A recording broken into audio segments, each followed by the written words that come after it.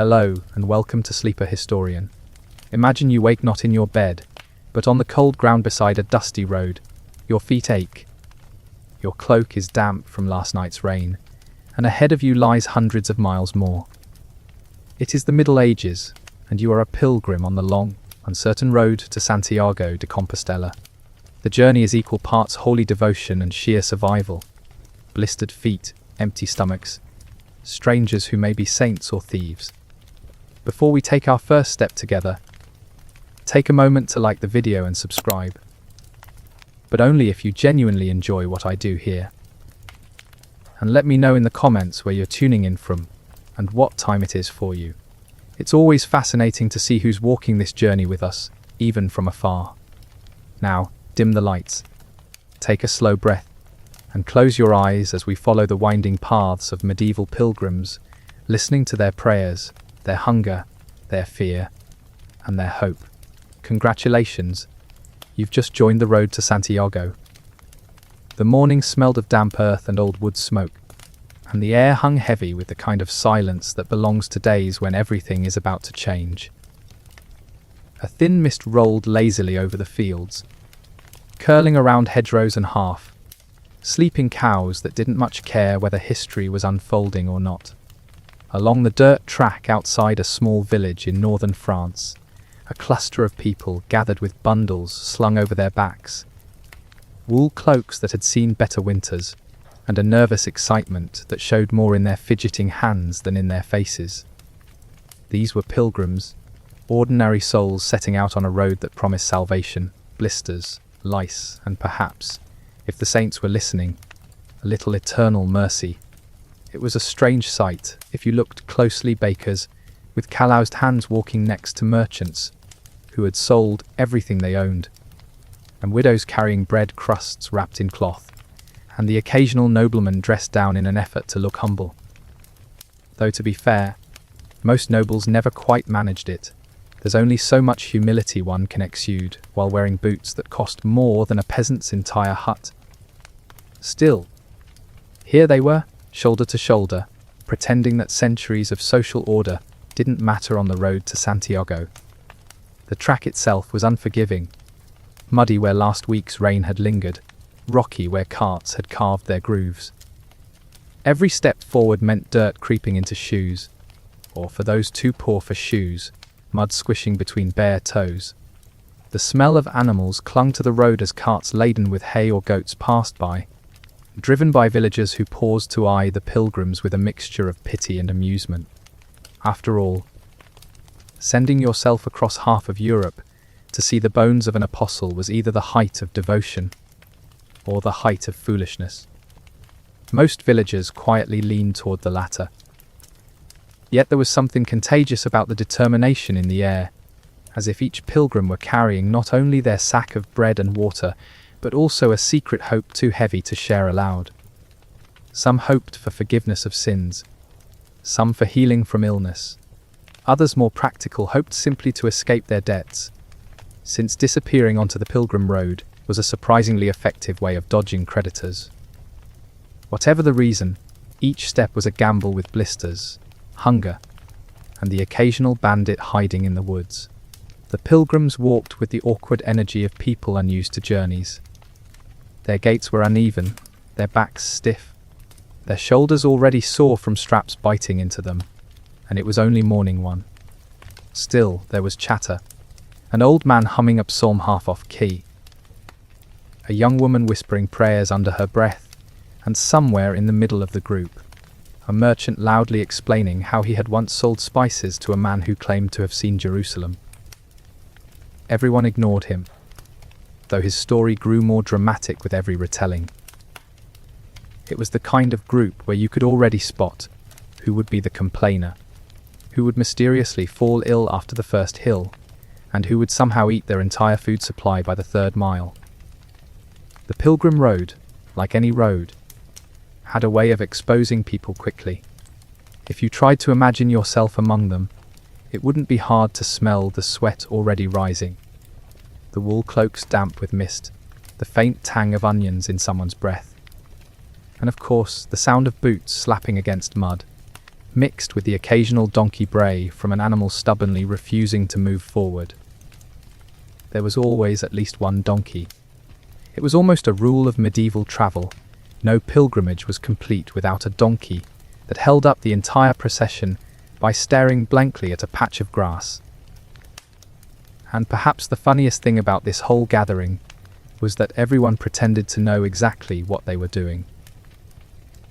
They held their staffs with practiced confidence, adjusted their bundles with the seriousness of seasoned travelers, and nodded solemnly as though 1,000 miles of road would be nothing but a light stroll.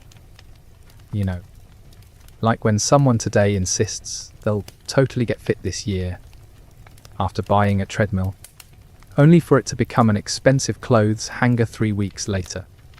Pilgrims were no different. Confidence on day 1, exhaustion by day 3, bargaining with God by day 7. A bell rang faintly in the distance, calling from the village church, a reminder of why they were leaving comfort behind. Santiago, the shrine of St. James the Great, a place where miracles supposedly waited. And though the shrine was hundreds of miles away, through forests, across mountains, past wolves, thieves, and every imaginable misfortune, it called to them like a beacon. As they trudged forward, the road stretched ahead like a brown ribbon, uneven and uncertain, winding into a horizon blurred by fog. Somewhere beyond that mist lay France's rivers, the harsh Pyrenees mountains, and the sun-baked plains of Spain.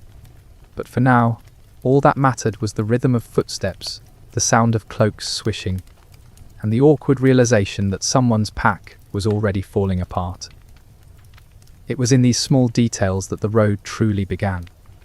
You could see the nervous glance of a young boy, clutching his mother's cloak, the practiced patience of a widow who had walked many miles in her lifetime, the false bravado of a man telling everyone how he would reach Santiago faster than anyone else. And if you were standing there, watching them take those first few clumsy steps, you might wonder which of them would make it to the shrine, and which would be buried in some roadside grave along the way. Because pilgrimages weren't only about saints and salvation, they were about survival. And here was the cruel irony: the holier the journey, the dirtier the reality. Their path would stink of sweat, horses, and rotting food. It would echo with prayers mumbled half asleep, curses muttered when feet blistered, and laughter shared when someone slipped in mud. Holiness, it turned out, was often covered in muck. A lesson that perhaps still applies when you think about how modern airports smell by hour 4 of a delayed flight. Still, the pilgrims marched on. And if you leaned in close, you might hear their stomachs already rumbling, their breaths quickening, and a few muttered complaints that sounded suspiciously like regret. Yet regret didn't stop feet from moving, nor did fear erase the stubborn pull of faith, or desperation, that kept them pressing forward into the mist. And if you think day 1 already seemed miserable, wait until they tried to sleep on the road. Night came sooner than anyone liked. The sun, which had shone meekly through the morning fog, vanished behind low clouds, leaving only the dim glow of a half-hearted moon. The pilgrims slowed, their feet dragging like sacks of grain. And someone finally muttered what everyone was thinking: it was time to stop. But stopping on the road wasn't as simple as tossing yourself onto the ground and calling it a night. You had to think about safety, fire, food, and, most importantly, where exactly to put your body so you didn't wake up missing a shoe or a kidney. They gathered on the edge of a meadow where the grass was thick and damp, and after some half-hearted arguments about who should fetch wood, a fire was coaxed to life. Sparks spat into the darkness, the smoke clinging stubbornly to wool cloaks until everyone smelled like a burnt sheep.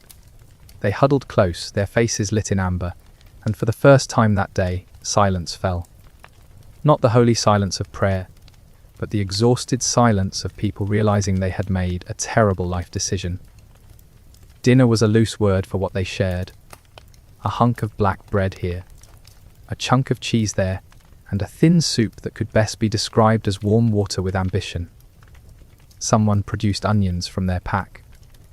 Someone else had dried beans, and together it made a concoction that was technically edible, though it might also have been a mild act of violence against the stomach. They passed it around in wooden bowls, each spoonful accompanied by a sigh that said, "This is our life now." The fire popped, and a donkey brayed somewhere in the dark, perhaps laughing at them. People shifted, trying to find positions that didn't press rocks into their backs. And then came the coughing, the sneezing, the groaning from blisters already festering on feet. It was a choir of misery, yet there was a strange comfort in it too. Shared suffering, after all, makes strangers into companions faster than shared joy ever could. The smell of the camp was less than heavenly.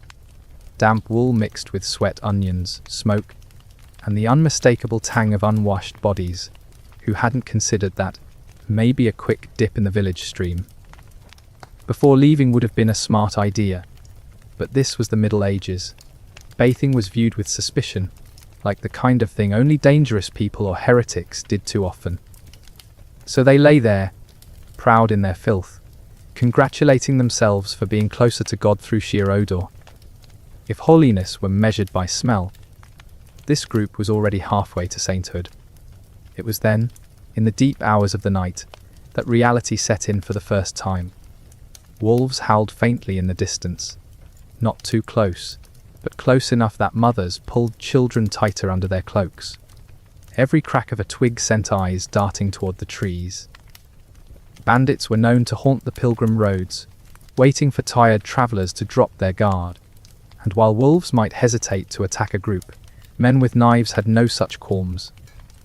The fire shrank lower, the moon slid behind clouds, and everyone lay awake longer than they cared to admit, their hearts beating fast with the realization this was only the first night. The ground was merciless, damp, uneven, alive with bugs that crawled into cloaks and hair. The lucky ones had straw mats, most simply curled on the grass, praying for sleep that refused to come. Some whispered prayers, some hummed songs, and at least one old man muttered about how his bed back home never stabbed him with sticks. It was a fair point.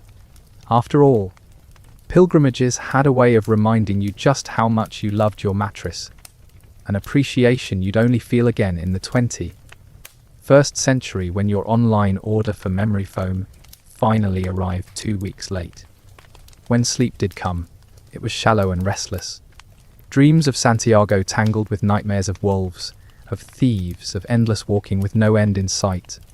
Someone snored so loudly it might have doubled as a bandit deterrent, though it also tempted a few frustrated companions to commit an unholy act of pillow suffocation. By dawn, the fire was little more than ash, and so were the pilgrims. They rose groaning, stretching limbs that felt twice their age, picking grass out of their hair and scratching at bites that hadn't been there yesterday. Breakfast was yesterday's bread, harder now, washed down with water that tasted suspiciously of the leather flask it came in. There was no time for lingering. The road waited, and so did the blisters. They trudged on. The countryside opened before them, fields giving way to low woods where the morning sun filtered through leaves like gold. Birds sang cheerfully overhead, which only made the pilgrims resent them more. Birds didn't have to walk to Spain. Birds didn't have to worry about bread going mouldy or shoes wearing thin. Birds didn't get saddle sores in places humans preferred not to discuss in polite company. The rhythm of walking returned, boots on soil, staff tapping against stone, donkey braying, children whining. Already conversations grew shorter, words fewer, as energy dwindled. A few sang hymns to keep pace, voices wobbling off key. Others muttered under their breath, bargaining with saints for strength, which was a clever move. Saints were believed to appreciate persistence almost as much as suffering. Still, there were small moments of wonder. Passing through a forest, sunlight spilled across the path like molten gold, and for a brief moment, the world felt touched by grace. A boy spotted a deer watching from the trees, its eyes wide and unafraid, before it bounded away silently. And at the crest of a hill, the view opened onto a wide plain dotted with villages and rivers winding like silver threads. These glimpses of beauty gave the pilgrims something to cling to. The world was harsh, yes, but it was also alive in a way they had never truly noticed, until they were forced to walk it step by painful step. And then someone tripped in the mud, face first, and the entire group erupted in laughter that was half relief, half cruelty. Because nothing lifted the spirits of the weary like watching someone else eat dirt. Even in the Middle Ages, human comedy was still slapstick. They pressed on, shoulders sore, feet blistered, minds already beginning to wander toward questions they dared not ask aloud. Will I make it? Will I see Santiago? Or will I end up in a ditch, bones forgotten, prayers unanswered? The road offered no answers, only more miles, more mud, more mornings that began with aching joints. And if you think the first night was hard, wait until hunger truly set in. By the third day, hunger was no longer just an inconvenience. It had become the quiet, gnawing master of the group. The bread had gone from hard to nearly weapon grade. One pilgrim joked that he might sharpen a loaf and use it as a dagger if bandits came. No one laughed too loudly, because everyone secretly wondered if the bread might actually be harder than their staffs. The cheese, wrapped carefully in cloth, had started to sweat in the midday sun, releasing a smell so pungent it made the donkey look offended. Meals became little performances of rationing. A mother carefully divided her last onion into thin slices, pretending they were generous. A merchant announced that he had a few figs left, but that he was saving them for when they reached Spain. Though, suspiciously, he always seemed to have one fig in his hand, which he chewed as though it were the last in the world. A few foraged for herbs in the hedgerows, plucking sorrel leaves and chewing them like goats, grateful for anything with a hint of freshness. And of course there were arguments. The road was long, and hungry stomachs turned even holy pilgrims into sharp, tongued critics.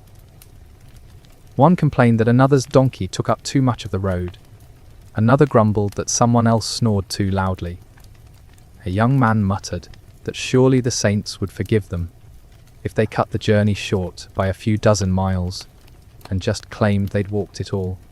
He was quickly scolded, though secretly, more than one pilgrim thought the same. But in hunger there was also camaraderie. They learned to share what they had, even if reluctantly.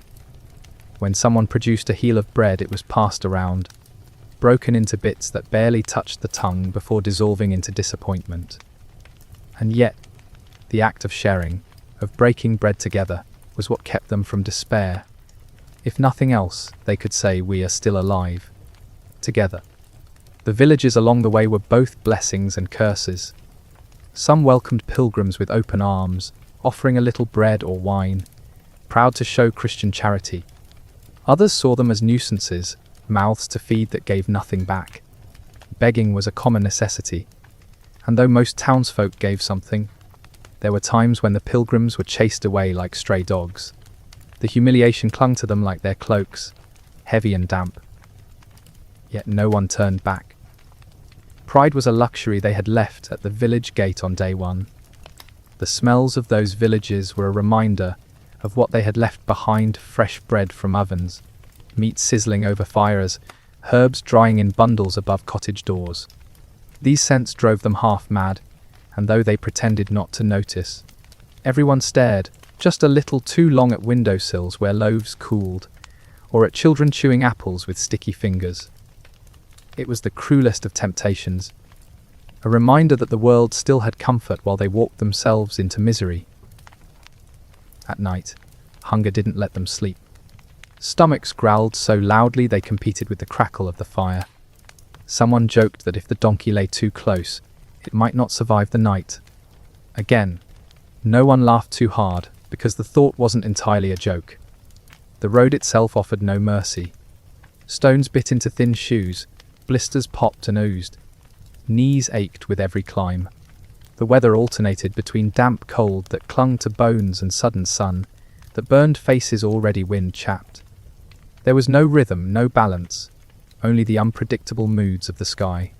And through it all, hunger walked beside them. A constant companion whispering that this road would strip them bare of everything, down to their last ounce of will. It was in these moments of weakness that superstition thrived. pilgrims whispered about miracles, about saints who multiplied bread, about holy springs that quenched thirst forever.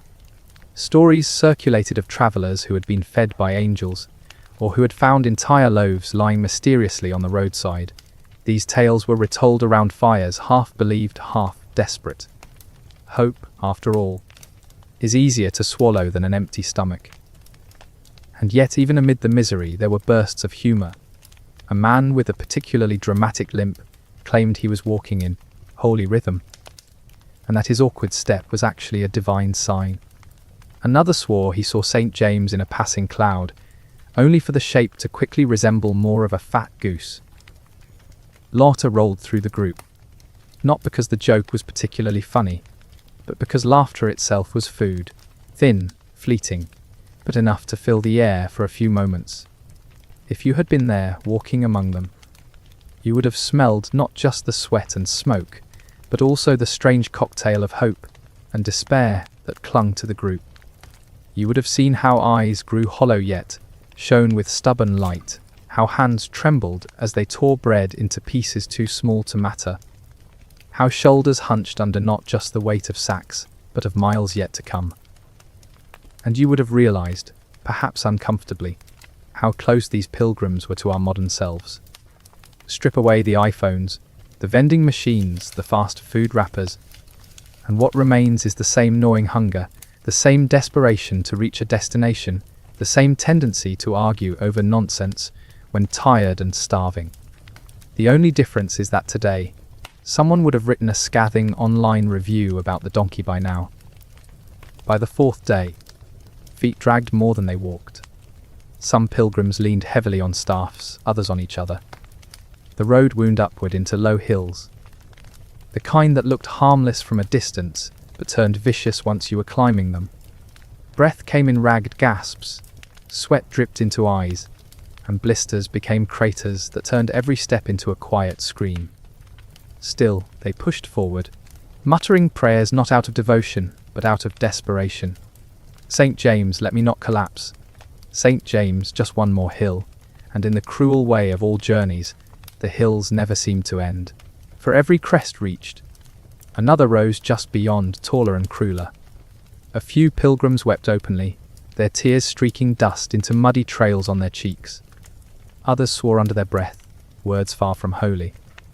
And some simply fell silent, their faces blank, walking as if possessed by something stronger than themselves.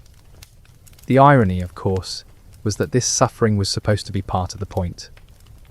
Pilgrimage was not meant to be comfortable. It was meant to test, to strip away, to burn off sin through blisters and hunger. But knowing that didn't make it easier when your stomach was empty. Your feet were raw, and the donkey had once again stopped dead in the middle of the path, staring at a patch of grass, as if it had seen the face of God. And if you think hunger was bad, wait until thirst arrived. Thirst did not arrive politely. It crashed in like an uninvited guest, bold and cruel, reminding the pilgrims that water was not always as plentiful as they had once thought in their comfortable villages. Streams that looked inviting often ran muddy, choked with animal droppings, or stagnant enough to produce smells that suggested they were better suited to breeding mosquitoes than quenching human mouths. Wells in villages were guarded jealously, water was life, and life was never given freely. By the fifth day, lips cracked, tongues swelled, and tempers frayed like cheap wool. They began to ration water so strictly that each sip was measured, savoured, and mourned the instant it slid down the throat. The sound of someone swallowing too loudly could trigger glares sharp enough to cut stone. People began carrying flasks close to their chests, as if guarding treasure, sleeping with them tucked beneath cloaks, in case a desperate companion grew too bold. The road was cruel in its simplicity. It offered no fountains, no miracle springs.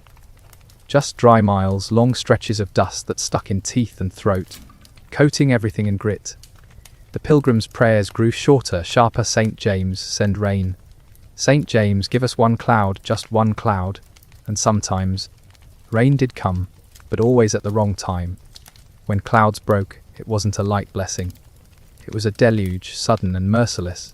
soaking cloaks until they weighed double, turning paths into slick slides of mud. Pilgrims staggered, their boots filled with brown water, their belongings soaked through. Bread dissolved into soggy lumps, blankets became sponges, and moods sank lower than the puddles around them.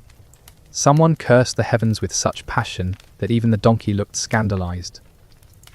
But then, in the cruel logic of pilgrimage, those same soaked pilgrims would be grateful for the rain hours later, lapping water from puddles as though it were wine. Thirst made fools of them. A muddy ditch could look like paradise. A half-stagnant pond became an altar. They dipped hands, flasks, mouths without hesitation, though they knew such water carried sickness. But sickness was tomorrow's problem. Today was about surviving the next step. And sickness did come. Stomachs churned, bowels betrayed, and men who had once strutted proudly along the road were soon doubled over in the bushes, cursing the water they had gulped in desperation. Pilgrimage was a great equalizer, noble or peasant, merchant or widow. Everyone eventually learned humility at the mercy of bad water. It was then that the first true quarrels broke out. One man accused another of hoarding clean water. A woman insisted someone had stolen from her flask. Voices rose, hands clenched around staffs. For a moment, it looked as though this holy procession might descend into a brawl. But hunger and thirst had already sapped most of their strength. The accusations ended with muttered curses, and the group trudged on in tense silence, every pilgrim glaring suspiciously at every flask in sight. Yet even in this misery, small mercies appeared. A kind villager here, leaving a jug of water by the roadside. A monastery there, offering pilgrims not just water but wine, thin and sour, but enough to lift spirits and soften tempers. These moments were treasures, burned into memory like gems in the dirt. And when they did drink freely, when cold water rushed down dry throats, laughter returned, weak but real. There was also something else, faith hardened by thirst. Every sip, every drop was reframed as proof that God had not abandoned them entirely. The worse the suffering, the sweeter the relief when it came. And in this paradox lay the essence of pilgrimage. Misery woven so tightly with grace that the two became indistinguishable. The road stretched on, days blurred into each other. Sunrises came too quickly, sunsets too late. The rhythm of walking became mechanical, left foot, right foot, staff, breath. Pain dulled into a companion, no longer a shock but an expectation. The pilgrims' faces grew leaner, their eyes sharper, their steps slower. They had begun to shed not just weight, but the last illusions of comfort. This was no holy stroll. This was survival draped in prayer. It was during one particularly brutal stretch, when the road cut through dense woods, that the true fear arrived. Not hunger, not thirst, not even wolves. Bandits. The signs were subtle at first. Shadows in the trees, the sound of twigs snapping where no animal should be. The pilgrims tightened their group instinctively, huddling children to the center, gripping staffs like spears. The woods grew darker, the path narrower, and then came the whistle, a sharp, mocking call from somewhere unseen. Panic rippled through the group. Feet stumbled, breaths quickened. And then, as if the saints themselves intervened, the sound vanished. The shadows retreated. The pilgrims stumbled out of the forest into open fields, trembling, pale, and grateful to still have every sack and flask. Whether the bandits had taken pity, or whether they had been too few pilgrims to bother with, no one knew. But for days afterward, eyes darted nervously at every rustling leaf, every darkened tree. It was at night, after this brush with danger, that stories began to flow more freely around the fires. Stories of other pilgrimages, of miracles, of those who had walked this very road and survived worse. Stories of men who had returned home healed, women who had found forgiveness, children who had grown strong under the shadow of Santiago. These tales, half folklore, half history, wrapped around the group like cloaks. They didn't just warm the body, they warmed the soul, reminding each pilgrim why they had set out in the first place. And so the road continued, one step, one blister, one prayer at a time. By the 10th day, something had shifted. The pilgrims no longer looked like villagers on an awkward holiday. They looked like travelers. They moved in rhythm, silent when they needed to be, quick to share scraps, quicker to guard against danger. Their cloaks were tattered, their shoes worn thin, but their eyes carried a new light, the kind born of surviving what they once thought impossible. Still, there was no mistaking the hardship ahead. This was only the beginning. The Pyrenees loomed to the south, jagged teeth of mountains waiting to test every ounce of strength they had left. Whispers of avalanches, freezing nights, and wolves drifted through the group. The thought of climbing those slopes made even the bravest among them shift uneasily, but there was no turning back now. Not after so many days, so many miles, so much sweat and suffering already spent. And perhaps that was the secret. Pilgrimage was never about reaching Santiago quickly. It was about becoming the kind of person who could endure the road, survive the filth, the hunger, the thirst, and still walk forward with a scrap of hope in their heart. Whether that hope was for healing, forgiveness, or simply to prove that their feet could take them farther than they believed, it was enough. The fire burned low on the final night of this chapter of their journey. Pilgrims lay sprawled in the grass, exhausted beyond words, their cloaks ragged, their faces sunburnt. The donkey snored loudly, as if mocking them all. Someone mumbled a prayer. Someone else muttered a curse.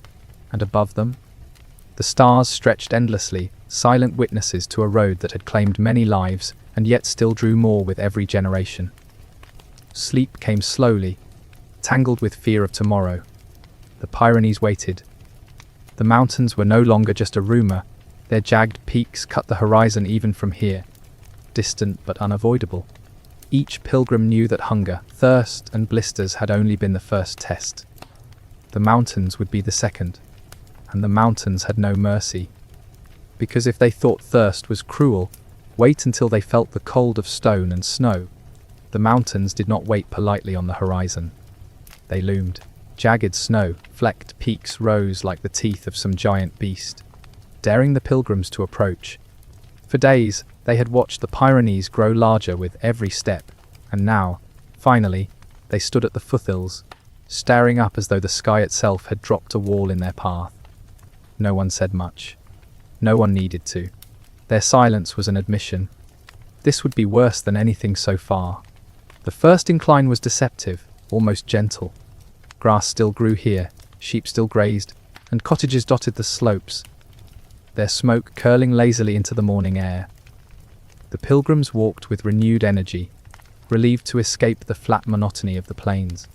But each step up was a reminder that for every cottage, there was less food, fewer neighbours, and eventually, nothing but rock and ice. The higher they climbed, the thinner the air grew, though most wouldn't have had the words for it. They only knew that their chests heaved faster, that conversations became shorter, and laughter, when it came at all, died more quickly. The path narrowed into trails barely wide enough for two abreast, with sheer drops to one side that made even the bravest wobble. The donkey balked, digging its hooves into the earth and braying loudly, as though accusing everyone of gross mismanagement. By noon of the first day, the first snow appeared. Not the soft storybook flakes that children might chase, but crusty, half-frozen patches clinging to the ground, threatening to trip the unwary. Boots, already worn thin, began to leak cold.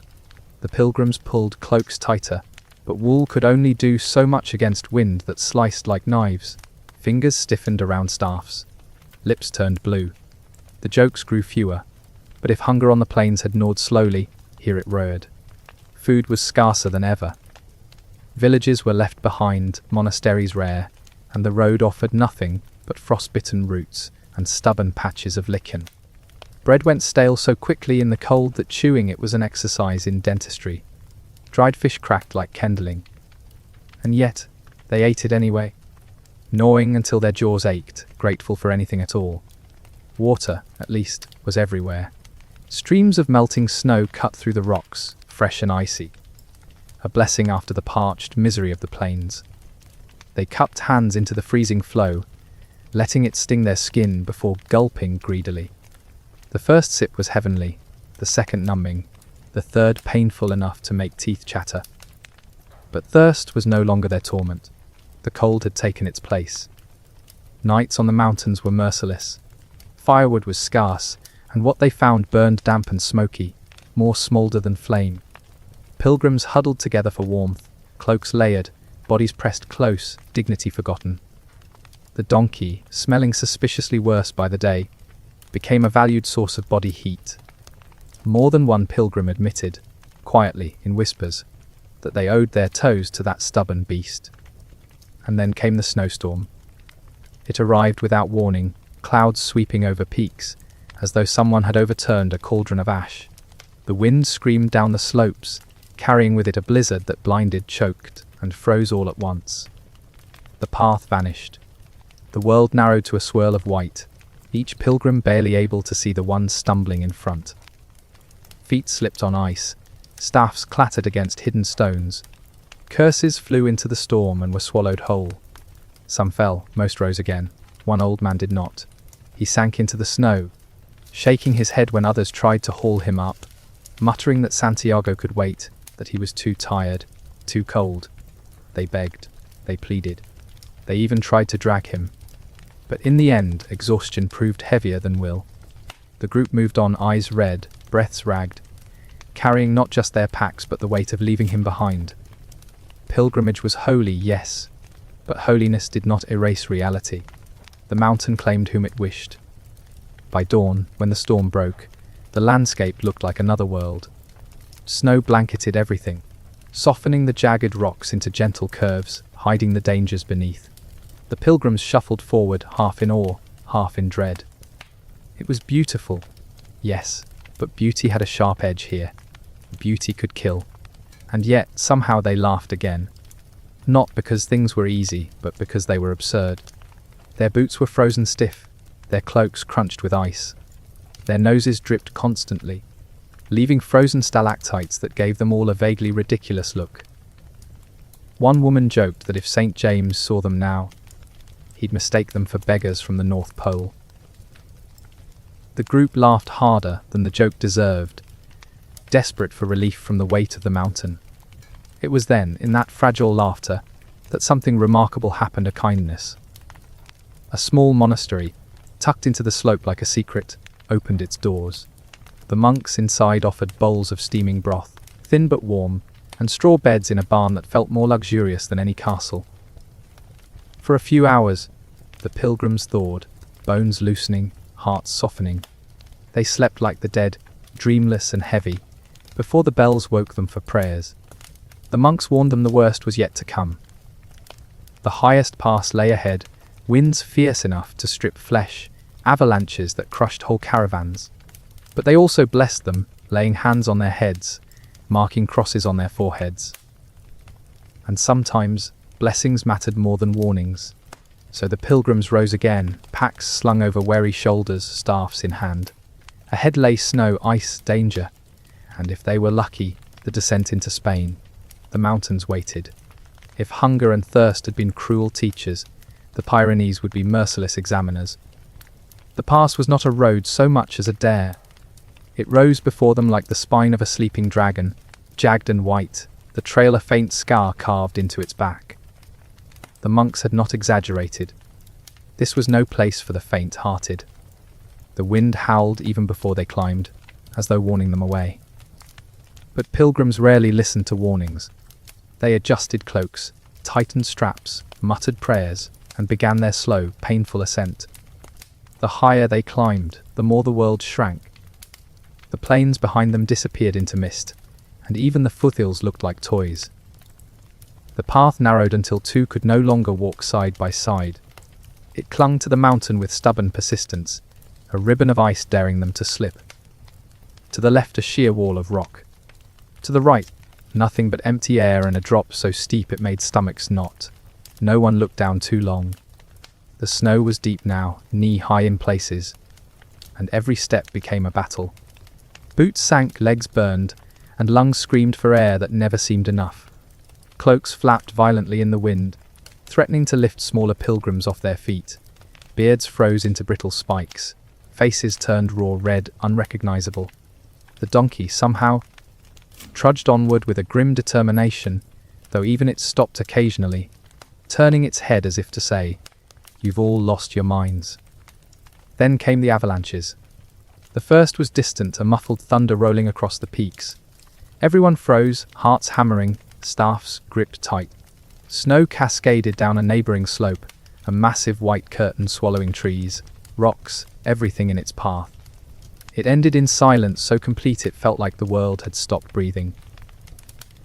The pilgrims looked at one another, pale as the snow around them. Some made the sign of the cross. Others whispered bargains with saints. "If I survive this, I'll never complain about stale bread again."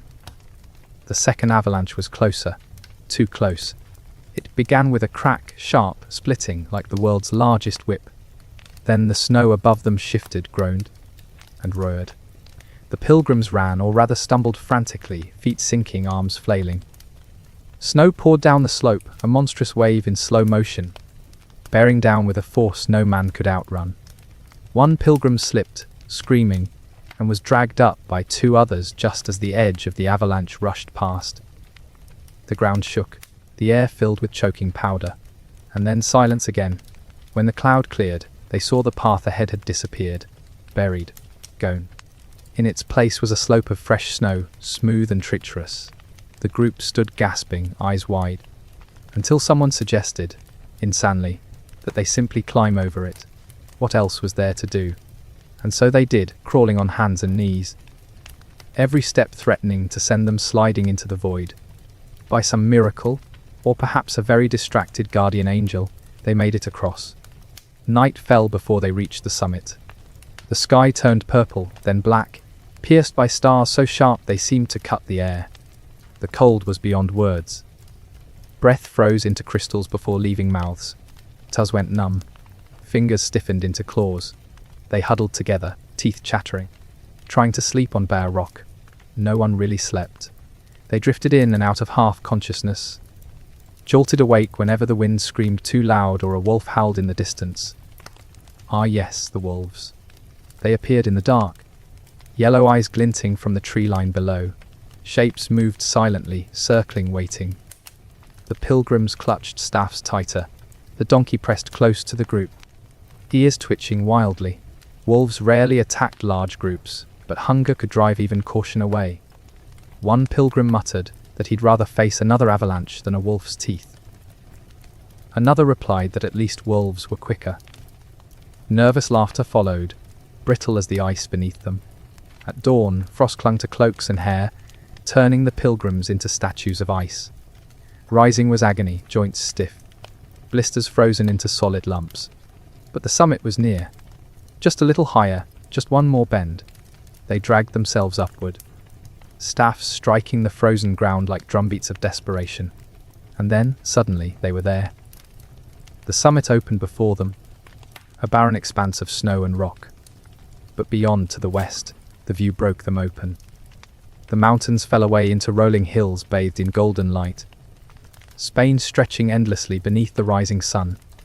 The sight was so overwhelming that even the donkey brayed triumphantly, as if it had personally carried the group to glory. Some pilgrims wept openly, tears freezing on their cheeks. Others fell to their knees, pressing lips to the snow in thanks. All of them felt the same thing: survival. They had survived the dragon's spine. The descent was no candor. Snow turned to mud, ice to slush. Feet slipped constantly, knees buckled, backs screamed. Rocks shifted underfoot, sending stones tumbling down into ravines. Streams of meltwater cut across the path, soaking boots already worn to rags. The wind was less fierce, but the sun exposed every flaw of the trail. What had been frozen and still above was loose and treacherous below. More than once, someone slid half a dozen feet before catching themselves on a rock, and then came the hunger again. The storm and cold had distracted them, but now as the air warmed, stomachs roared back to life. Packs were empty. The last scraps of bread had been eaten at the summit. The donkey's burden was lighter now, not from kindness, but because there was nothing left to carry. They foraged desperately, chewing bitter roots, sucking snow to trick their bodies into feeling full. The thought of villages ahead was all that kept them moving. When at last they reached the lower valleys, it was as if the world shifted. Grass appeared again, real grass, green and swaying. Streams gurgled. Birds sang. The pilgrims laughed, though their voices cracked from exhaustion. The air smelled different here. Warmer, earthier, alive. One pilgrim collapsed face first into the grass and declared he would never move again. Another lay beside him, agreeing. They both moved again 5 minutes later when they realized the grass was damp and smelled faintly of donkey. And then, miraculously, they found it. A small Spanish village, its houses of stone and timber clustered around a church. Smoke rose from chimneys. Dogs barked. Children ran out to stare at the ragged, frostbitten procession that stumbled into their square. The villagers, used to the sight, smiled knowingly. Pilgrims arrived like this every year, half dead, starving, wide-eyed survivors of the mountains. The villagers offered bread, wine, and hot stew. The pilgrims devoured it without shame, burning tongues on the broth, crumbs sticking to beards, wine spilling down chins. It was not refinement. It was not dignity. It was survival, and it tasted better than anything in the world. That night they slept on straw pallets in a barn, bellies full, bodies aching but warm. The donkey snored loudly, as if mocking them all. For the first time in weeks, no one cared. They had crossed the mountains. They were in Spain now. Santiago was still impossibly far, but for the first time, it felt reachable. Of course, if they thought avalanches and wolves were cruel, wait until they discovered what Spanish villages smelled like in the summer heat. The first Spanish village seemed like heaven at first glance. Warm food, soft straw, the sound of bells ringing rather than wolves howling. It was enough to make pilgrims weep into their stew bowls. But heaven has layers, and by the second night, they realized they had merely stepped into a new circle of discomfort. It began with the hostels. In theory, they were holy places, shelters set up by monks, priests, or charitable villagers to care for weary travelers. In practice, they were wooden barns with a thin veneer of piety. Pilgrims filed into long rooms where straw covered the floor, sometimes fresh, sometimes not, and everyone collapsed wherever there was space. By morning, the straw was always alive with something. Fleas, lice, and the occasional rat saw the pilgrims as a moving buffet, and they feasted freely. The itching began subtly, just a scratch behind the ear, a rub at the wrist. By dawn it was an epidemic. Pilgrims sat up, eyes bloodshot from scratching through the night, comparing bite marks like soldiers comparing wounds. One man insisted the straw had been deliberately cursed by demons. Another claimed he'd felt something crawl up his nose. The donkey seemed suspiciously well rested, which led some to suspect it was secretly immune. Bathing was not an option. The concept of hygiene in the Middle Ages was flexible at best. Water was often viewed with suspicion, and public baths, where they still existed, were considered morally dangerous. Pilgrims were expected to embrace their dirt as a badge of holiness, proof that they had suffered for their faith. Unfortunately, lice and fleas didn't much care about theology. By the third week, the group had given up on scratching discreetly. They scratched openly, shamelessly, mid-conversation, mid-prayer, mid-bite of bread. Dignity was gone. One woman even invented a little stick with a sharp end, using it to hunt lice on her scalp, while chatting casually about the weather. The others watched with envy, then begged her to lend it. She refused, citing hygienic reasons, which made everyone laugh until they cried. The smells were worse. Imagine dozens of bodies, unwashed for weeks, sweating through wool cloaks, feet blistered and oozing, hair matted with dirt. Now add smoke from damp fires, donkey manure, and the lingering odor of salted fish. Put all that in a room with poor ventilation, and you have the perfume of pilgrimage. Pilgrims grew used to it, but villagers certainly didn't. When they entered towns, locals sometimes pinched their noses or stepped aside quickly, muttering about the holy stench. Illness spread as easily as fleas. A cough here, a fever there, and suddenly half the group was sniffling, groaning, or doubled over. Pilgrims carried diseases across the road like bees carrying pollen. only instead of flowers they pollinated misery. Dysentery was common, so was fever. Some developed mysterious rashes, which they optimistically blamed on saints' trials rather than contagious skin diseases. The donkey sneezed once, and everyone panicked, half seriously worrying if donkeys could spread the plague. Yet through it all, they endured. The road was lined with crosses and shrines, reminders that others had made it before them, that suffering was part of the deal. If you weren't itching, shivering, or clutching your stomach in agony, were you even a pilgrim? And there were moments of absurd relief. Pilgrims joked about their lice as if they were pets. One man claimed to have named his largest flea Afonso, and insisted it had travelled with him since Navarre. Another announced that his lice must be devout because they only bit him during prayers. They laughed, not because the jokes were good, but because humour dulled the misery. The hostels themselves varied wildly. Some offered bread and soup, thin but warm, with monks who genuinely cared. Others charged fees, demanded prayers, or locked doors at sundown, forcing late arrivals to sleep outside. In the worst, pilgrims swore they saw more fleas than straw, more rats than pilgrims, and yet they stayed, because there was no other choice. A roof, however lousy, was still a roof. And when they finally left each morning, shuffling down the road, packs heavy, bodies aching, they carried more than their belongings. They carried new passengers, armies of lice marching confidently under cloaks, fleas leaping joyfully from pilgrim to pilgrim. Invisible reminders that even holiness couldn't protect you from pests. If you'd walked among them then, you'd have smelled the unholy blend of sweat, smoke, and straw, heard the constant chorus of scratching, coughing, muttering prayers, and maybe even felt a tickle at your own ankle. Pilgrimage wasn't just a road. It was a slow surrender of cleanliness, comfort and pride. And yet they endured. Because lice couldn't kill you, but what lurked in the rivers just might.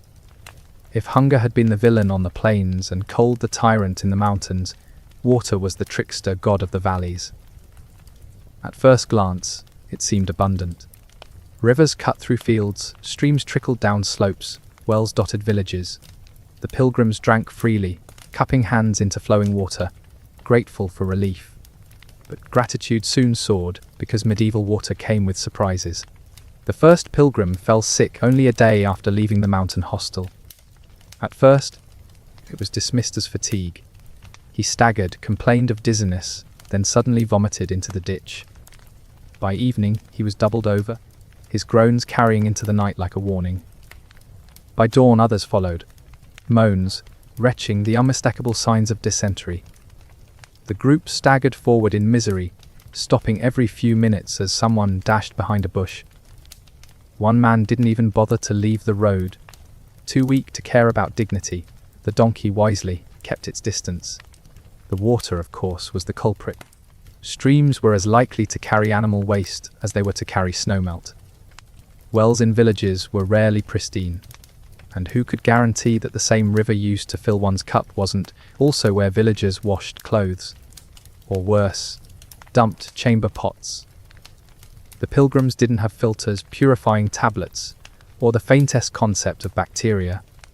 They just drank what was there and suffered the consequences. It was misery layered upon misery.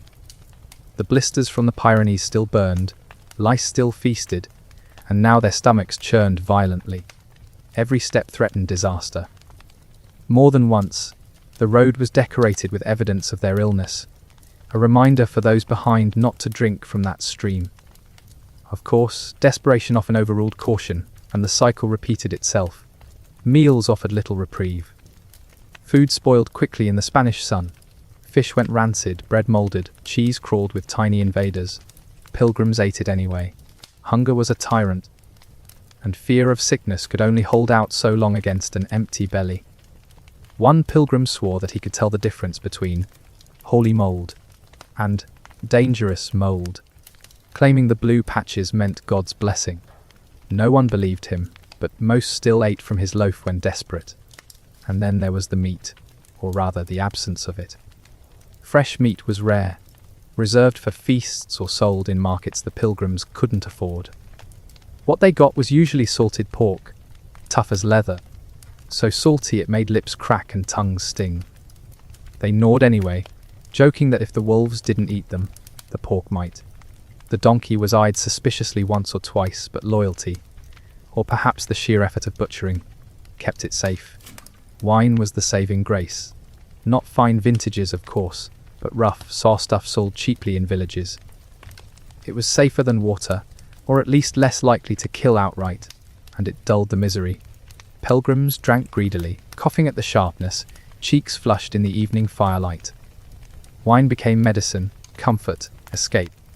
One pilgrim, after his third cup, declared he had seen St. James himself walking beside the road, only to admit the next morning that it might have been a scarecrow. Even amid sickness, they found absurd humour. One woman insisted that the lice had formed an army, marching in formation down her arm. Another man joked that his stomach growls were actually prayers escaping sideways. A young lad swore that if he ever survived this road, he'd build a tavern right by the first dangerous stream and name it the Pilgrim's Revenge. Everyone laughed, even through groans, because laughter remained the one resource that never spoiled. And yet, survival depended not on jokes but on resilience. They learned to boil water when they could, though fires were not always easy to build. They learned to sniff bread suspiciously before chewing. They rationed wine carefully, knowing too much would make tomorrow's walk even worse. And when someone fell ill beyond recovery, when fever burned too hot or bowels emptied too fast, the group did what pilgrims had always done: they prayed, buried the body by the roadside, and walked on. You would think such constant sickness would dampen their faith, but strangely, the opposite was true. Each sunrise felt like a small miracle.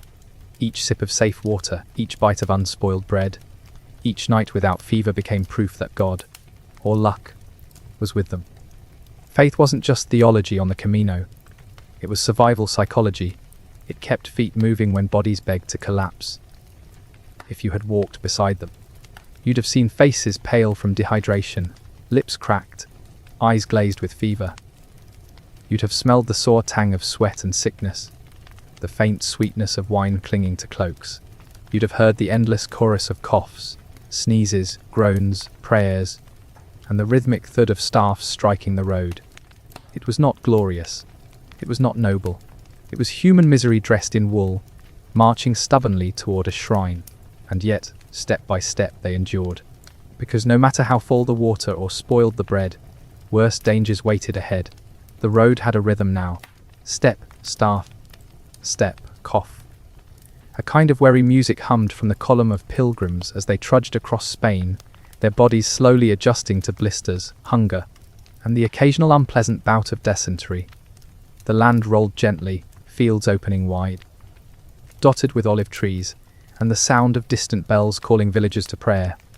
It might have seemed peaceful, even idyllic, if not for the constant whisper carried down the line: bandits. The word travelled faster than the pilgrims themselves. Each village offered warnings, half-truths, or exaggerated tales.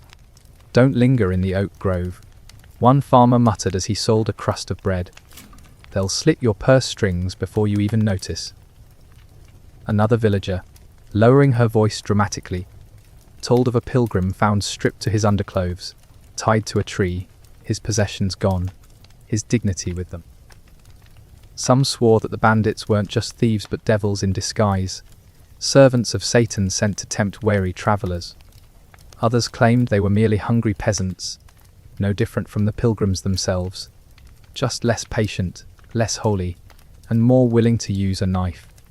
The pilgrims' fear was not misplaced. Spain in the Middle Ages was not a land of tidy maps and patrolled highways. Between villages stretched long miles of wilderness, woods thick enough to hide men, gullies deep enough to swallow bodies, plains vast enough that a cry for help disappeared into the wind. And in these forgotten places lurked opportunists. Pilgrims, after all, were walking targets. They carried money, trinkets, relics, and sometimes even silver or gold coins meant as offerings to St. James. Even the poorest carried something worth stealing: boots, cloaks, knives, and if nothing else, the donkey itself could fetch a price at market. At first, the threats were subtle.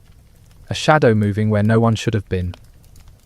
A rustle in the brush just a little too close. A group of strangers watching too long at the edge of a field. The pilgrims tightened their cloaks, gripped their staffs a little firmer, and walked faster. But the road was long, and shadows had patience. One evening, just as the sun began to sink and the land turned bronze, a figure stepped out from behind an oak tree. He wore a patched cloak, hood low, and leaned casually on a spear as if it were no more than a walking stick. Behind him, two more emerged, one with a bow slung over his shoulder, the other sharpening a dagger against a stone. They didn't block the road, not entirely. They just stood there half in shadow, the way cats watch birds. The pilgrims froze. The donkey snorted nervously. No one spoke. And then the man with the spear smiled, though it was the kind of smile that showed no joy. "Alms for the poor," he said, his voice smooth as oil. The leader of the pilgrim band, an aging knight making the journey in penance for sins he never detailed, stepped forward with his staff. "We have nothing," he said quickly. "Nothing but bread and prayers." The man with the spear chuckled. "Bread and prayers? Then, we'll take both." The pilgrims shuffled, hearts pounding. They weren't soldiers. They weren't fighters. They were shoemakers, widows, farmers, monks. Their staffs were for walking, not for stabbing. The knight gripped his staff tighter, but he was one man, and old at that. The bandits had blades and the look of men who'd killed before. It might have ended badly, had not the donkey brayed, loud, absurd, and startling enough that everyone flinched. In the moment of confusion, a younger pilgrim grabbed a stone and hurled it at the man with the bow. It struck his shoulder, making him curse and stumble. The group seized the chance, rushing forward in a clumsy stampede. Staffs swung wildly, cloaks tangled, the donkey bolted, and somehow, in the chaos, the pilgrims broke through. They ran like frightened rabbits, the shouts of bandits echoing behind them, but no pursuit following. When at last they stopped, breathless and trembling, the older knight sank onto a rock and laughed. It was not the laugh of triumph, but of a man who knew how close he had come to death. The others joined, the sound sharp and hysterical, because if they didn't laugh, they might just cry. The road taught them quickly. From then on, they marched in tighter formation. They didn't linger at dusk in lonely places. They hid their coins in pouches sewn into cloaks, or in shoes, or buried deep in bundles of dirty laundry no thief would dare rifle. They learned to look strangers in the eye, to measure distance, to notice who followed too long. Trust became a scarce commodity, yet not every encounter was so grim. There were times when strangers appeared, ragged and armed, only to ask for food or join the group for a stretch of road. Some were indeed peasants desperate enough to beg. Others were mercenaries between wars, wandering with no lord to pay them. And some were pilgrims themselves, fallen to temptation, seeking an easier way to reach Santiago with a purse heavier than when they started. The pilgrims muttered about such treachery, shaking heads, wagging fingers, but in secret some understood. After all, hadn't each of them cursed their hunger, dreamed of warmth, wondered what it would be like to simply take instead of suffer? That was the Camino's darker truth. Holiness was a choice renewed every day, and not all chose it. There was a story whispered by the fire one night of a man who had once been a pilgrim, but turned bandit instead. He lingered on the road, robbing those he had once walked beside, justifying it by saying St. James had abandoned him first. Some said he had been hanged outside Lane, a warning to others. Others claimed he was still out there, limping with one bad leg, still wearing the scallop shell he had once carried in devotion. Whether true or not, it haunted the pilgrims. The line between pilgrim and predator was thinner than they liked to admit. But perhaps the strangest part was how normal it all became. Fear of bandits wove itself into the rhythm of the Camino, just another obstacle like blisters or spoiled bread. Pilgrims prayed not only for salvation, but for sharp eyes and swift feet. They carried stones in their pockets, staffs at the ready. They joked grimly that if St. James wanted their offerings, he'd better guard them himself. And at night, in smoky hostels, they swapped stories of near misses and lucky escapes, each tale more exaggerated than the last. One thing was certain. Every pilgrim who survived a bandit scare carried it with them forever. The sudden rush of danger, the wild pounding of the heart, the relief of escape, it burned itself into memory. And in some strange way it bound them closer together. Shared fear became shared strength. Each survivor became a little braver, a little sharper, a little more willing to swing a staff at the next shadow. And still, the road stretched on, indifferent. Bandits were only one danger. Behind the next turn, the next village, the next stone bridge, other miseries waited with patient malice. Because if men with knives could terrify pilgrims, the diseases lurking in cities would prove far crueler. The road into town always carried a certain anticipation. After days of mud, fleas, and fear of bandits, the sight of rooftops rising in the distance felt like salvation. The pilgrims quickened their pace, staffs tapping faster, dreams filling their heads, hot food, a soft bed, maybe even a bath if God smiled kindly that evening. Villages meant shelter, villages meant safety, but villages also meant people, and people meant disease. The first thing that struck them upon entering a town was not the sight of bustling markets or the sound of bells. It was the smell. It rolled in waves, an invisible fog that clung to their nostrils, smoke, dung, sweat, rancid meat, and something darker that hinted of sickness. Narrow streets pressed tight between timbered houses, gutters running with murky water where pigs rooted and children splashed with bare feet. Chickens darted across cobblestones. A dog barked, mangy and desperate, ribs showing like fence slats. And everywhere people. Crowds surging around stalls, shouting, laughing, coughing. Always coughing. The pilgrims shouldered through, clutching their purses close. The donkey braying in protest as someone tried to tug its tail. A fishmonger cried his wares, though the fish's cloudy eyes suggested it had been fresh sometime last week. A tanner's stall assaulted the air, with the reek of animal hides soaking in urine. And above it all hung the faint, unmistakable stench of decay. Somewhere, someone was sick. Somewhere, someone was dying. In these towns, the line between the two was paper thin. The first hostel they entered promised beds for pilgrims, blessed by St. James himself. The reality was a long wooden hall with straw pallets crammed shoulder to shoulder. Bodies already filled, most of them peasants. Merchants, fellow pilgrims. A monk in the corner muttered prayers over a man whose skin glistened with fever sweat. Another coughed so violently it shook the straw. The pilgrims exchanged wary glances. One whispered, "Better the lice outside than this." But exhaustion won. They dropped their bundles, claimed their straw, and prayed for morning. Night in the hostel was a symphony of misery. Snoring rattled the rafters, punctuated by hacking coughs. Someone moaned in delirium. Someone else groaned as fever carried them toward whatever judgment awaited. Rats scuttled boldly across the floor, pausing to sniff at discarded crusts. The donkey, tied outside, brayed pitifully, perhaps the wisest of them all. Sleep came in fragments, broken by the sound of prayers whispered desperately in the dark. In the morning, one pallet lay empty. Its occupant had been carried out before dawn, covered in a rough sheet. No one asked where. Everyone already knew. That was the cruel truth of these towns. They were both haven and hazard. Food, roofs, companionship, yes, but also contagion crawling invisibly through the crowds. A single cough could undo days of survival. Pilgrims quickly learned to wrap cloaks across their mouths, though it was more superstition than protection.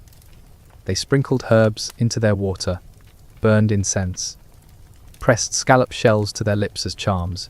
Faith was their mask, and it was as thin as linen. Most dreaded the sight of lepers. The bell was always heard first, a faint ding-ding carried on the air. Then the figure appeared, wrapped in rags, face hidden beneath a hood, hand outstretched for alms. Their skin bore the marks, white patches, sores, fingers shriveled like candle stubs. Children shrieked and ran. Mothers pulled little ones away. Some pilgrims dropped coins with trembling hands. Others spat, muttering about God's punishment. All kept their distance, though the bell kept ringing long after the leper passed, echoing in ears like a warning. And then there was the plague.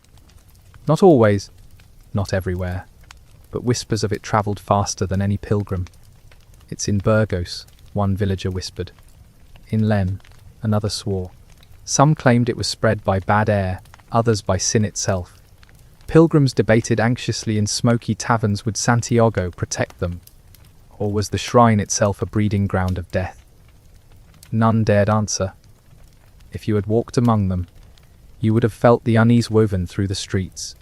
You'd have seen faces pale with fear, eyes darting at every cough, every spotted hand. You'd have smelled the acrid tang of vinegar as townsfolk splashed it across doorways in futile attempts at purification. You'd have heard priests leading processions, chanting prayers, swinging censers heavy with smoke meant to drive away demons. And beneath it all, you'd have felt the quiet truth no one said aloud: death walked as freely as any pilgrim here. Still, life carried on. Markets bustled, bakers sold bread, innkeepers watered their wine. People laughed, traded gossip, even danced in squares. Survival demanded denial, and denial was a skill medieval townsfolk had perfected. For the pilgrims, this mixture of festivity and rot was bewildering. One moment they were watching children chase hoops in the street. The next they were stepping over a beggar too weak to rise. They learned to take what they could: a loaf of bread bought cheap at dusk, a handful of olives pressed into their palms by a kindly merchant, a sip of wine so sharp it stung, but dulled the coughing fits that followed every night in the hostel. They learned to harden their eyes, to pray quickly for the sick and move on, because to linger was to risk sharing the same fate. And yet, just as with the lice, the hunger, the bandits, they found ways to laugh. One pilgrim joked that if he survived both dysentery and the plague, surely St. James owed him a private tour of heaven. Another swore that the hostel rats were actually pilgrims themselves, cursed for stealing food. Someone else claimed the donkeys braying at night was not fear, but holy prophecy, though no one could decipher what it was saying. The laughter was uneasy, sometimes hysterical, but it kept despair at bay. In the end, every step out of a town was a relief. The open air felt cleaner, even if it wasn't. The fields seemed safer even if bandits lurked. The road itself became sanctuary because at least there, sickness was less likely to brush shoulders with you in a narrow lane. Every pilgrim knew the Camino could starve you, blister you, terrify you, but the towns could kill you outright. And yet, they walked on because Santiago lay further still and faith demanded forward motion.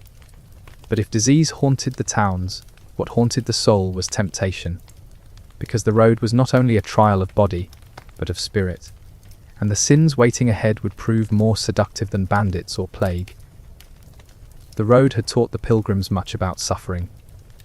They knew the ache of blisters, the burn of hunger, the terror of bandits, the choke of disease. They had prayed through storms and cursed through sleepless nights. By now, each had grown used to misery. It clung like another layer of clothing. But the Camino was clever. It knew the body was not the only battlefield. And so, once stomachs were full enough, once fevers cooled enough, temptation crept in like smoke, whispering softer dangers. It always began innocently. A glance that lingered too long. A laugh that carried warmth in the cold night. Pilgrims walked together for weeks, months even, sharing bread, sharing blisters, sharing prayers. The line between companion and confidant blurred quickly. A widow leaned against the knight's shoulder when she stumbled. A young man fetched water for the washerwoman, with more eagerness than duty required. At night, cloaks spread across straw pallets touched at the corners. Human warmth was as dangerous as hunger, and twice as persuasive. The church warned of this. Priests along the Camino scolded pilgrims from their pulpits. Keep your eyes on the shrine, not on your fellow travellers. But sermons faded easily beneath the stars. The truth was simple: the road was long, bodies were tired, and desire cared nothing for holy intentions. The brothels knew this too. Every town, large or small, had at least one. Some were tucked into alleys, doors marked with crude signs. Others flaunted themselves on the edge of pilgrim hostels, lanterns swaying to catch wandering eyes. Women leaned from windows, their laughter mingling with the smell of wine and roasted meat. Pilgrims passed quickly, eyes down, muttering prayers. Most of them, not all. For some, it was not a matter of choice. There were tales of pilgrims lured with promises of food or lodging, only to wake stripped of coin, dignity, and perhaps their scallop shells too.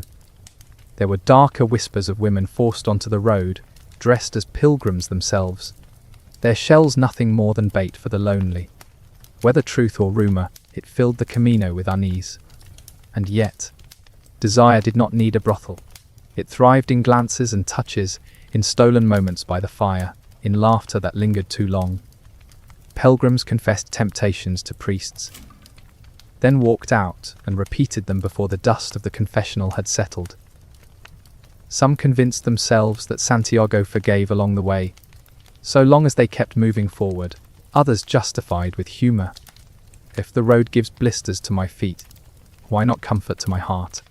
Relics and shrines sometimes became complicit. In Burgos, the bone of a saint was said to cure infertility. Couples visited by night, whispering prayers not for forgiveness but for passion. In Len, a tavern proudly served wine blessed by Saint James himself, though the blessing seemed mostly to lower inhibitions. Everywhere, faith and flesh tangled like vines, neither able to grow without touching the other. For the pilgrims, temptation became another kind of endurance. Some resisted fiercely, clutching rosaries until knuckles whitened, muttering prayers with teeth clenched. Others gave in with equal fervour, seeking release as if it were another kind of holy rite. But whether resisted or indulged, desire left marks as lasting as blisters. Regret was a frequent companion, so was secrecy. If you had walked among them, you would have seen the tension in their eyes, the way laughter sometimes broke too quickly, the way two pilgrims sat a little too close by the fire, speaking in low tones. You would have smelled the mix of incense and sweat in taverns where piety and lust drank from the same cup. You would have heard the hollow jokes about confessing tomorrow that were not really jokes at all. And always, there was the road itself, indifferent. It did not scold, nor did it bless. It simply stretched onward, carrying sins as it carried prayers, absorbing both into its dust. Pilgrims stumbled, laughed, prayed, sinned, wept, and still the miles rolled beneath their feet. Because the Camino knew this, the body could be beaten by hunger, the lungs could be broken by plague, but the soul was trickier, and if it faltered, if temptation won too many battles, Santiago might feel further than ever. But if you think temptation was the road's greatest trick, wait until you feel the weight of penance itself, the crushing rituals that awaited those who reached the shrine. Arrival was never as sudden as pilgrims imagined. For months, they had pictured it, the towers of Santiago Cathedral rising in the distance, bells ringing, crowds cheering, a moment of triumph so overwhelming it would wash away blisters, fevers, sins, and sorrow. But the Camino did not gift such clean endings. Instead, arrival seeped slowly like dawn. First, whispers in taverns, 2 days more, 1 day more, tomorrow. Then, the increase of fellow travellers, more shells gleaming on cloaks, more voices singing hymns in unison. And finally, after a morning of trudging through misty fields, the towers came into view, stone teeth piercing the sky, blackened by centuries of rain and smoke. The pilgrims stopped. Some gasped, some wept. Some fell to their knees in the mud. The donkey sneezed indifferently. They had made it. But arrival was not the end. It was merely the beginning of another trial. The square outside the cathedral was chaos, pilgrims streaming in from every road of Europe. Their faces gaunt, cloaks tattered, shells clattering like trophies. Vendors shouted, hawking candles, relics, trinkets. Beggars swarmed, their hands reaching, their voices rasping for alms. Priests moved through the throng like shepherds, guiding sheep into order. And above it all loomed the great doors, carved with apostles and saints whose stony eyes seemed to judge every newcomer. The pilgrims shuffled forward, hearts pounding. They had expected joy. Instead, they felt small, tiny specks in a tide of humanity, each carrying sins, hopes, and wounds. Inside, the cathedral swallowed them whole. The air was cool, thick with incense. Light filtered through stained glass, painting the stone floor in shards of red and blue. Choirs echoed from unseen galleries, voices rising like wings. The pilgrims' eyes widened. Some clutched their staffs tighter, some whispered prayers, some simply stared, unable to comprehend such majesty after months of mud and fleas. Then came the rituals. Each pilgrim was expected to confess, to kneel before the priest and pour out their sins like water. For some, it was easy, an unburdening, a release. For others, it was agony, to speak aloud of lust, theft, anger, doubt. And the priests did not always forgive gently. Some scolded sharply, assigning penances as heavy as stones, days of fasting, nights of prayer, lashes of the whip across bare backs. Salvation had a price, and Santiago demanded it in full. The pilgrims obeyed, because to come so far and falter now would be unthinkable. They knelt, they prayed, they wept. Some bared their skin for flagellation, the crack of leather echoing in chapels. Some dragged themselves on hands and knees across cold stone, leaving streaks of blood as offerings. The Camino had already broken their bodies. Now the shrine finished the task, grinding down spirit until it rose cleansed. Or so they hoped. And yet, amid this grim devotion, there were moments of strange beauty. The swinging of the botafumeiro, the great incense burner, soared across the nave, scattering clouds of fragrant smoke that masked the pilgrims' stench and made the air feel almost holy. The choir thundered, voices layered like waves.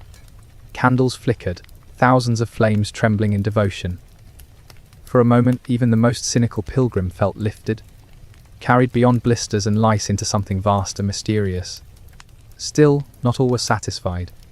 Some confessed only with half-truths, holding back secrets they dared not speak. Some performed penance with more show than sincerity, hoping spectacle might count for sincerity. Some wept because they expected joy, and found only emptiness. And a few, though they would never admit it aloud, wondered whether the shrine was just another town, another place that smelled of incense instead of dung, another stop on a road that had no true end. For the Camino taught this cruel lesson. Arrival did not erase the past.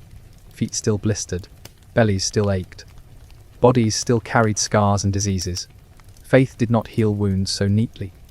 The shrine was a pause, not a cure. If you had walked beside them in those days of arrival, you would have seen faces lit with awe, but also shadowed with doubt.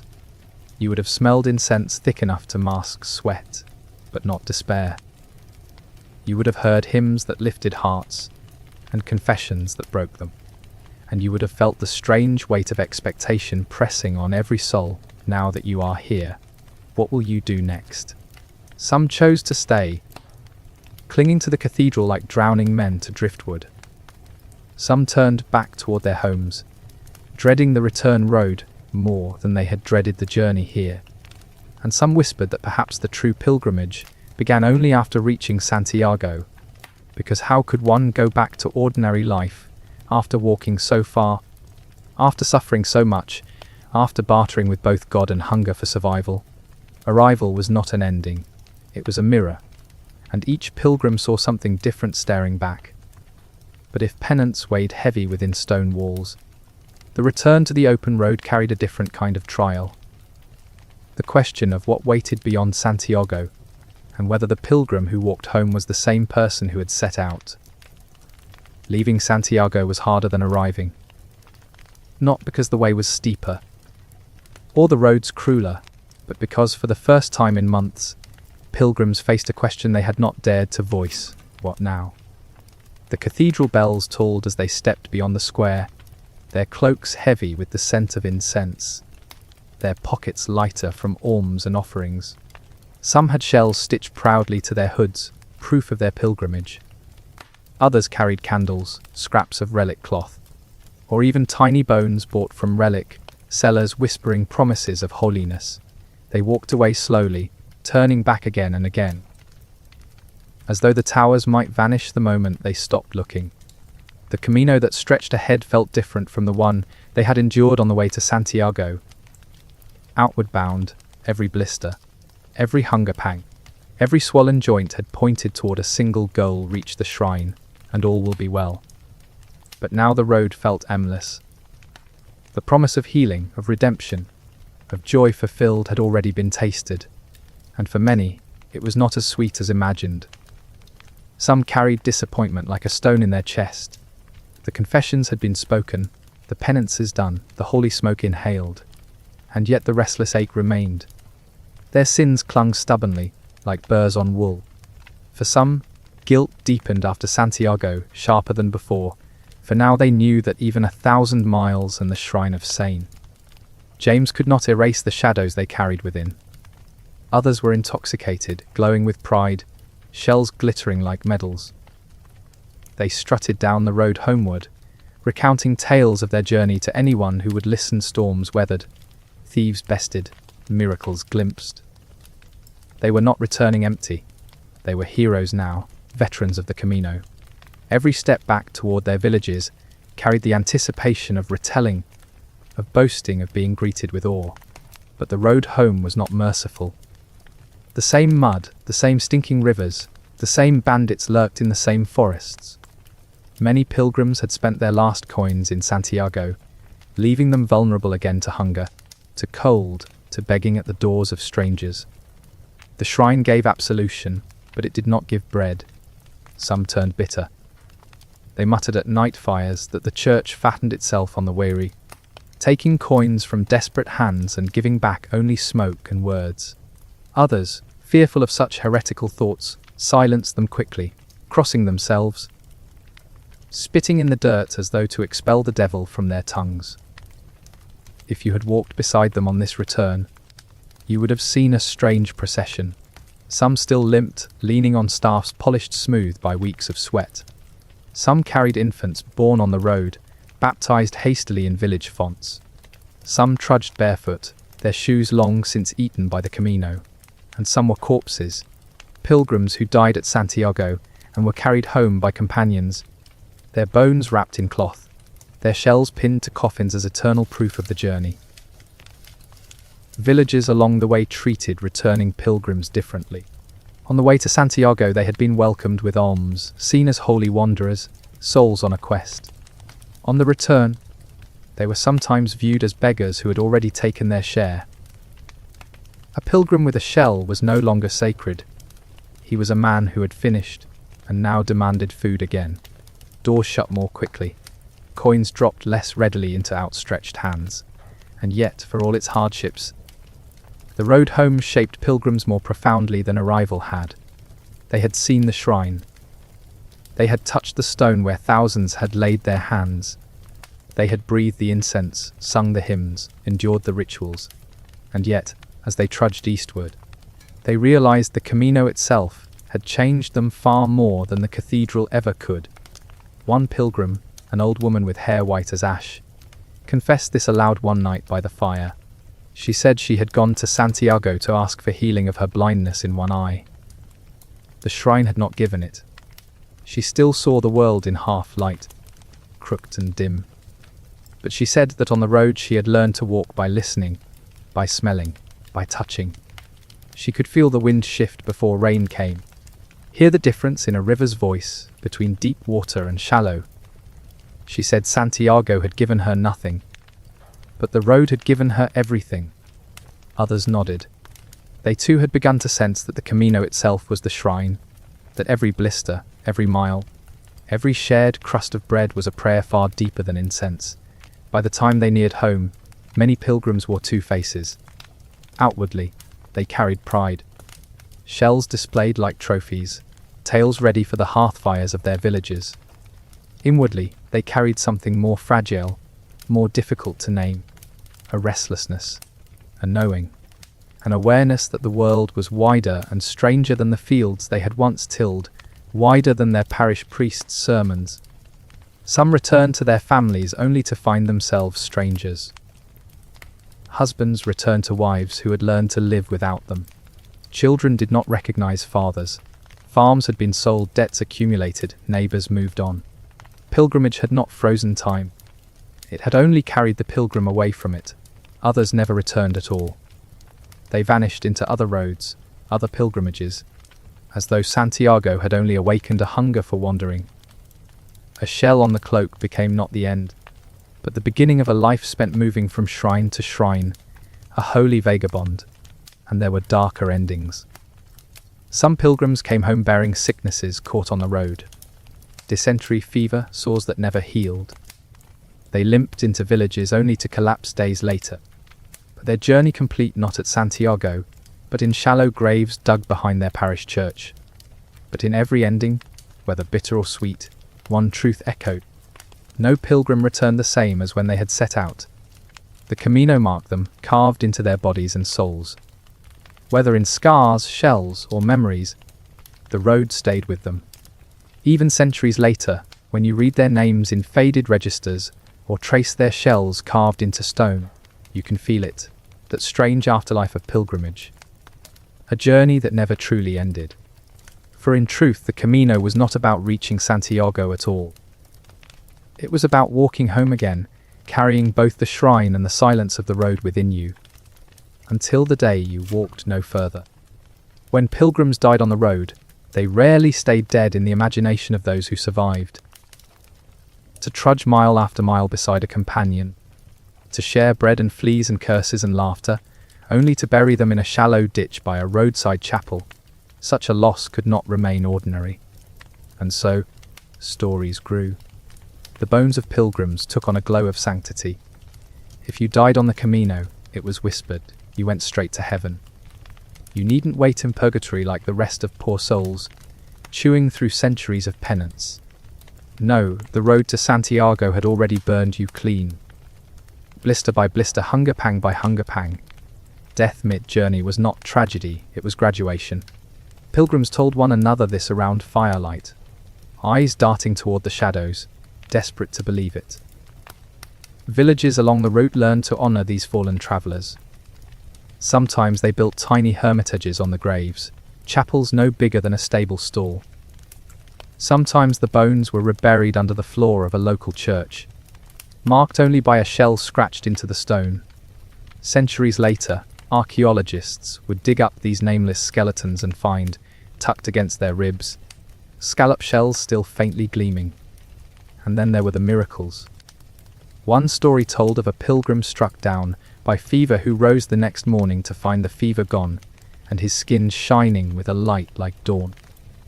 Another tale claimed that when a pilgrim fell into a river and drowned, his body floated against the current, carried upstream until it reached the door of a church. Whether true or not, such tales spread quickly, embroidered with every retelling, until no pilgrim could walk without glancing at a dying companion and wondering, will you be the next miracle? The church, of course, leaned into these tales. Miracles made shrines richer. A pilgrim who died and left a shining story was a better advertisement than 1,000 sermons. Relic sellers grew bold, hawking bones and shells, claiming they were the remains of holy walkers. This tibia once carried a pilgrim all the way from Cologne, one might boast, holding up a bone whose true owner had probably been a cow. And yet, superstition thrived not only around relics, but in the living habits of returned pilgrims. Back in their villages, many became minor celebrities. A man who had walked to Santiago was a man who had wrestled with death and lived. Neighbours might ask him to bless fields, to speak at burials, to touch the sick. Not because he was priestly, but because he had touched holiness, had seen the shrine, had carried the road on his back.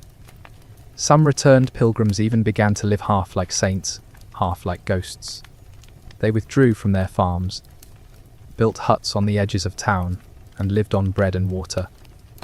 People whispered that they were still walking the Camino, only now without moving. To them, every day was a continuation of the road, a prayer that never ended.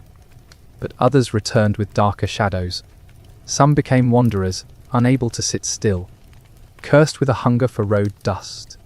They drifted from shrine to shrine, never sleeping in the same village twice, never calling any place home again.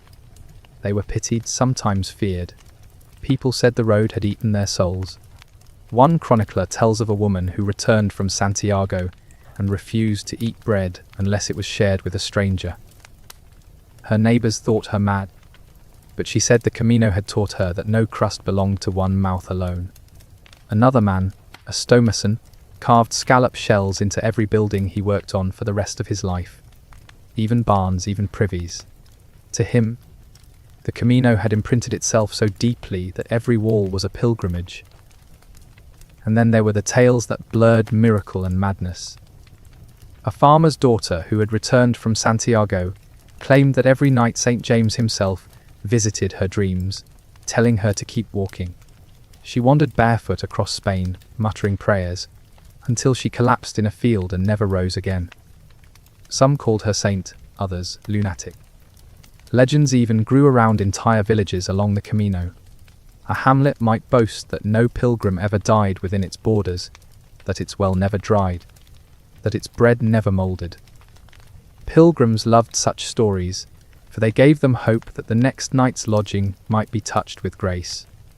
The truth was often more mundane: fleas, mouldy bread, and wells full of frogs.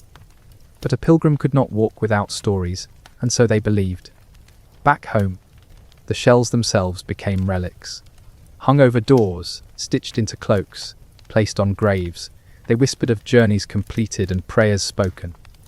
Families preserved them like heirlooms, proof that someone in their bloodline had walked the great road.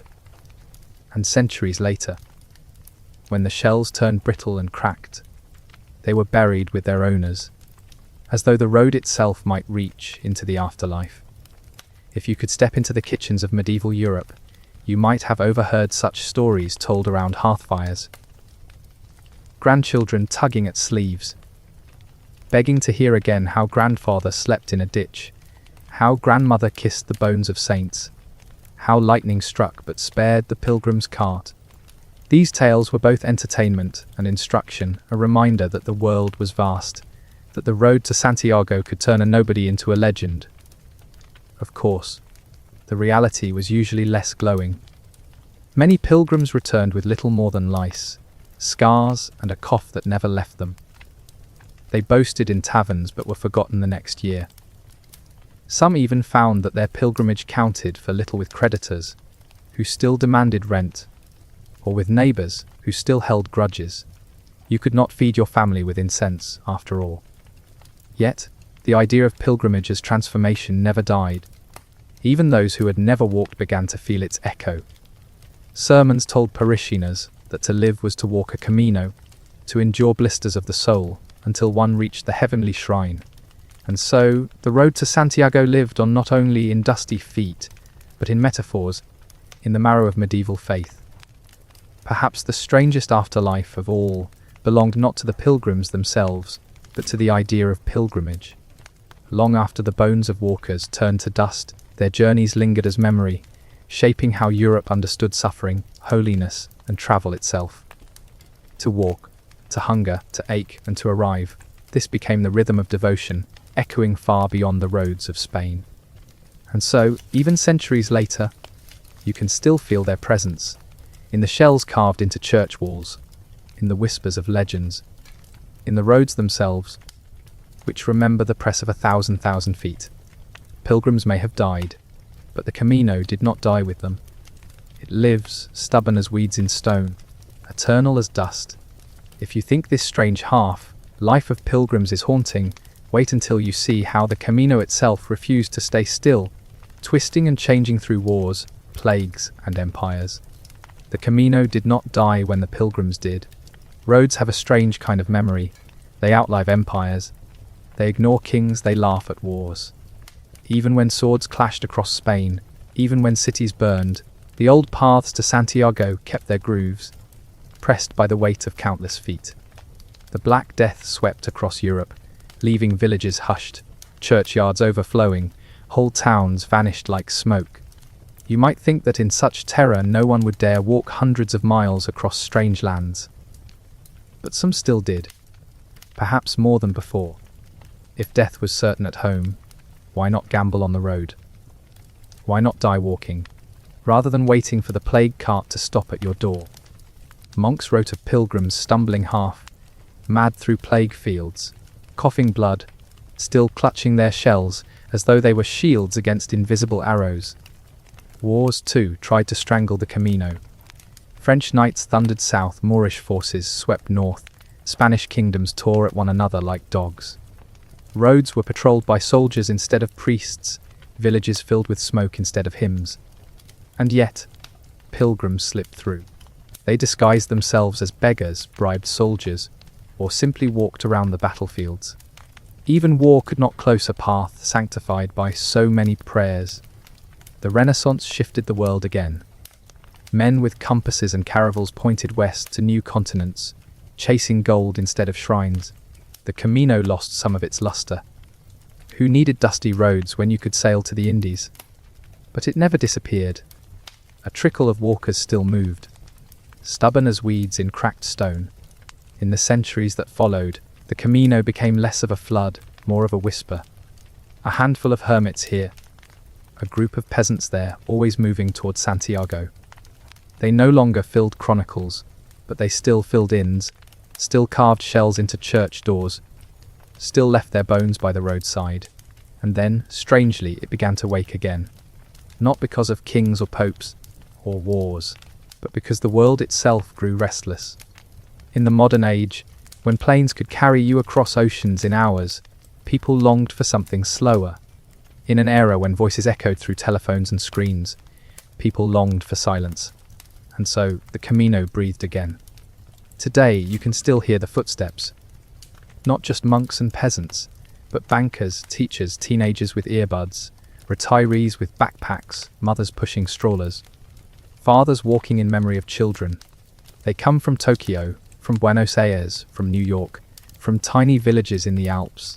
They walk for faith, for grief, for health, for no reason at all, but the simple rhythm of road, dust underfoot. The Camino has become something new, and yet something ancient. The hostels still smell of sweat and bread. The blisters still bloom, the staff still tap against the stones. And at Santiago, pilgrims still stand before the shrine, some in tears, some in silence, some only half believing. Just as in the Middle Ages, they arrive full of hope, and just as before, the true gift was never the cathedral, but the road itself. Perhaps that is why the Camino has never truly died. Not plague, not war, not empire, not time could kill it, because it is not a road at all. It is a mirror. Walk it, and it shows you who you are, what you fear, what you carry, and what you must leave behind. And so, when you picture a medieval pilgrim limping through the mud, staff in hand, cloak torn, whispering prayers under their breath, remember this: their shadow is still walking. Every step you take on the Camino today walks alongside them. Past and present blur, like footprints in the same patch of dust. The Camino survives because it was never only about reaching Santiago. It was about the act of walking itself. And as long as human beings carry restless hearts, there will always be pilgrims, and there will always be roads.